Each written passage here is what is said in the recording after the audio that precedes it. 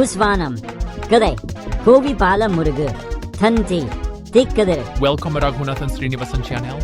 ஐப்பசி இரவு வானத்தில் வண்ண வானவெடிகள். குழந்தைகள் வெடிகள் வெடித்து குதூகலமாக விளையாடுகிறார்கள். பல வீடுகளில் சோகம் நிறைந்த சூழல். மக்கள் அமைதியாக வறுமையில் மூழ்கிய முகங்களுடன்.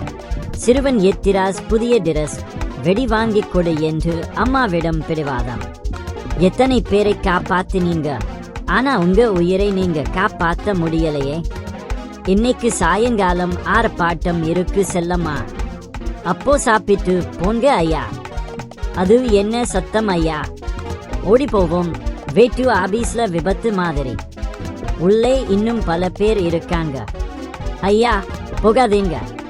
தீயணைப்பு வீரர்கள் கருகிய உடலை வெளியே ஐயோ எடுக்கின்றனர். ஐயோ என் வீரனா, அரசு உங்களுக்கு நிவாரணம் வழங்குகிறது அம்மா. இது என் கணவனின் உயிருக்கு ஈடா? வீரனின் நமக்காக உயிர் தந்தவர் அம்மா, இதை ஏற்றுக் கொள்ளுங்கள்.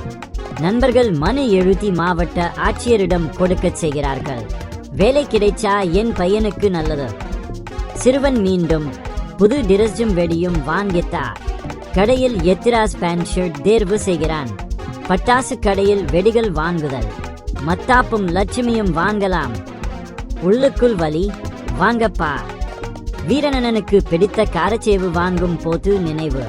வீடு திரும்பும் வழியில் செல்லம்மாள் எத்திராஜ் கையை பிடித்து நடந்து செல்கிறாள். பின்னணியில் ஒரு பட்டாசு தொழிற்சாலை.